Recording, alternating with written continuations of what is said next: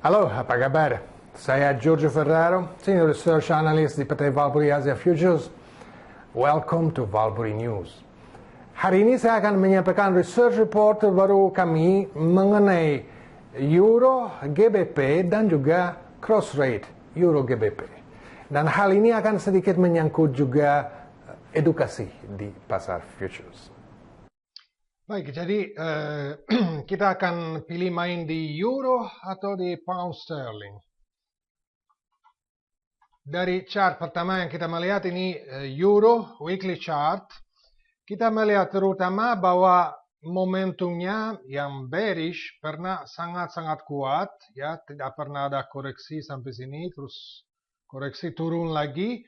Tapi ketika ada penurunan pertama yang panjang itu, momentum jadi sangat-sangat bearish dan RSI ini RSI yang default parameter 14 pernah sangat-sangat oversold, di bawah oversold yang besar sekali yang sebelumnya.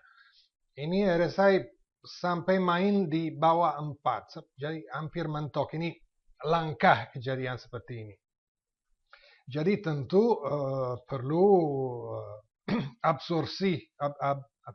absorbing momentum yang bearish itu. Jadi ada sedikit koreksi terakhir ini. Koreksi ini, nah, kalau kita lihat di daily chart, tidak ada di sini, tapi di daily chart terbentuk bullish divergence di RSI. Akan tetapi sekalian kemudian pada kenaikan terakhir ini juga terbentuk bearish reverse divergence. Jadi situasinya agak complicated. Saya tidak mau masuk ke analisa divergence dari oscillator sebab sebenarnya tidak sesimpel orang biasanya pikir. Agak rumit. Bagaimanapun kita ada signal bearish dan bullish pada saat yang bersamaan, jadi anggaplah netral. Kalau di monthly chart juga ada oversold, jadi memang penurunan euro terakhir ini jadi oversold di segala time frame yang besar, yang penting. Terus kita melihat bahwa terakhir ini, ya, beberapa minggu yang terakhir ini euro pernah tembus di bawah support, structural support yang terakhir dari keadaan yang terakhir terbentuk dalam tahun-tahun ya 2000 terakhir, 2 tahun yang terakhir, dan tidak mau betul-betul turun, malah balik ngetes support yang tadi yang sudah menjadi resistance dan lengket di situ. Ini chart yang sama tapi lebih diperbesar. Jadi kita bisa melihat bahwa sebenarnya ini ada, kalau week ini atau minggu kemudian juga high-nya dari week ini tertembus, itu menjadi satu buy signal yang cukup jelas yang bisa membawa harga cenderung membawa harga ke resistance yang berikutnya.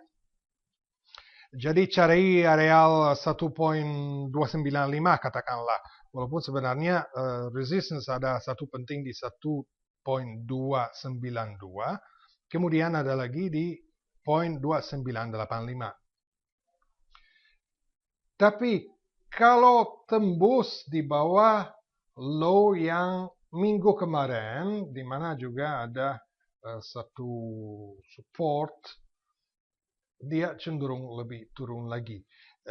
Cenderung mencari area low 1.22 menurut saya, maupun area major low dari mid 2012 itu juga bisa disentuh 1.204. Lagi pula ada Fibonacci extension di 1.2090.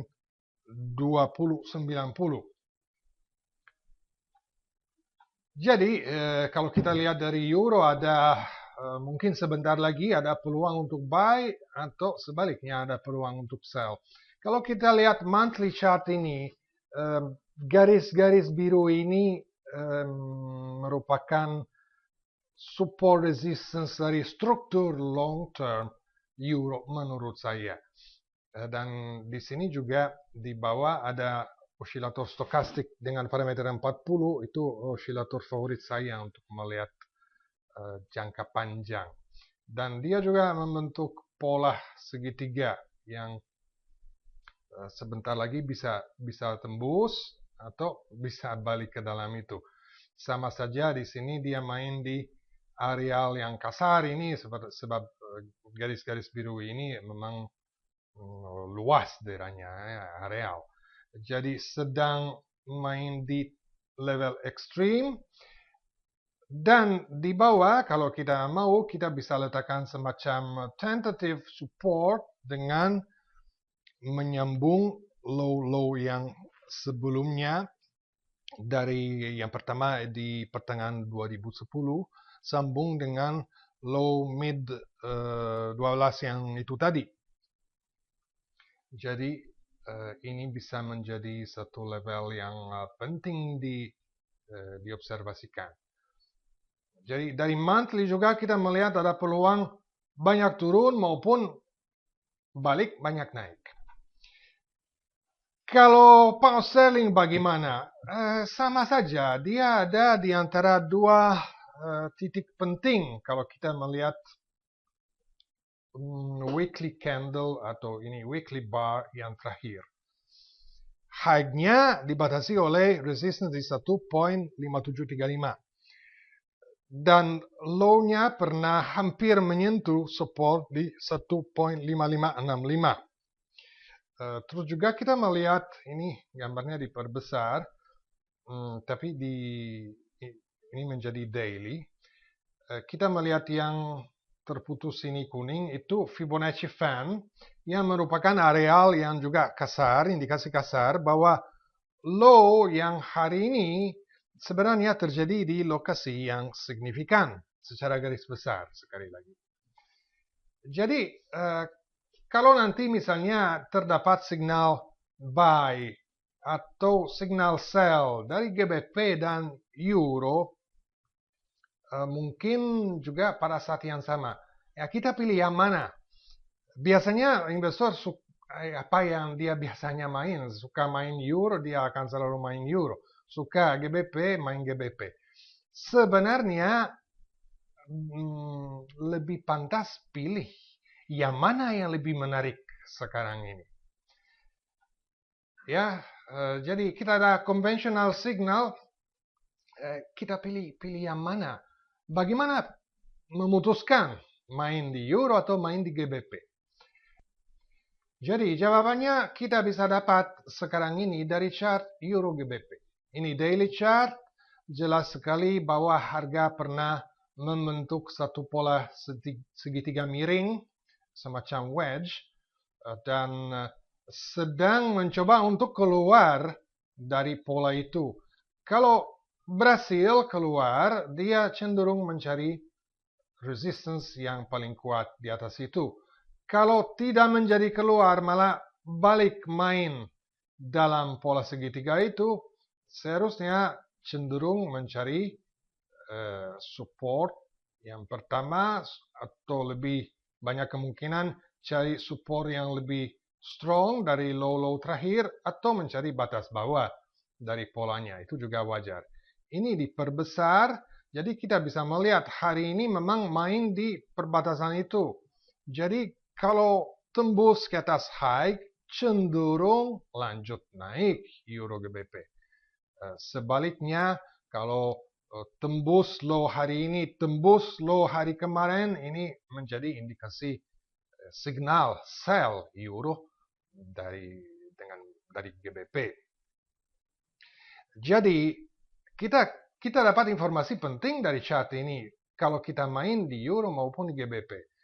Kalau ini tembus ke atas, jadi Euro cenderung akan kuat dibanding pound. Jadi kalau buy dollar misalnya akan lebih menguntungkan sell pound sterling daripada sell euro. Kalau cross rate ini masuk lagi, turun lagi harga main di dalam pola, jadi euro cenderung lemah dibanding pound sterling. So if we get to sell euro dan juga sekalian sell GBP, pilih yang mana? Pilih sell euro, sebab dia sedang lebih lemah daripada GBP. Sebaliknya, kalau kita dapat buy tetap, kita akan pilih buy GBP dibanding buy euro. Jadi untuk merangkum kembali, ada baiknya kalau kita melihat selain the major cross, seperti euro dollar, GBP dollar, dolar yen, kita juga bisa mengobservasi cross rate. Sebab sering satu major pair ketarik sama cross rate yang penting, terutama euro yen suka banyak efek terhadap euro. Dan dengan melihat cross rate, kita bisa melihat kira-kira sekarang ini dolar melemah, misalnya bagus buy apa? Buy AUD, buy euro, buy GBP. Kita bisa pilih. Misalnya terakhir ini kita melihat, wah, AUD naiknya jauh lebih kencang daripada euro. Tapi nanti kita lihat di chart cross rate antara Australian dollar dan euro, kita melihat bahwa itu sedang mendekati satu level penting di mana mungkin AUD nanti berhenti di situ. Jadi ini mungkin saatnya kita main di euro, buy euro daripada buy AUD, walaupun terakhir ini AUD dampaknya lebih hebat daripada euro. Hal-hal seperti ini kita bisa dapat dari cross rate, dan sekalian kita mulai sedikit observasi cross rate itu geraknya seperti apa. Ada peluang di cross rate yang enggak. Dulu beberapa tahun yang lalu saya lihat investor maupun trader di Indonesia yang main di cross rate hampir nggak ada, kecuali satu-satu yang main di euro yen. Tapi terakhir ini saya lihat banyak yang ada interest untuk aktif di cross rate seperti euro yen, euro GBP, AUD yen.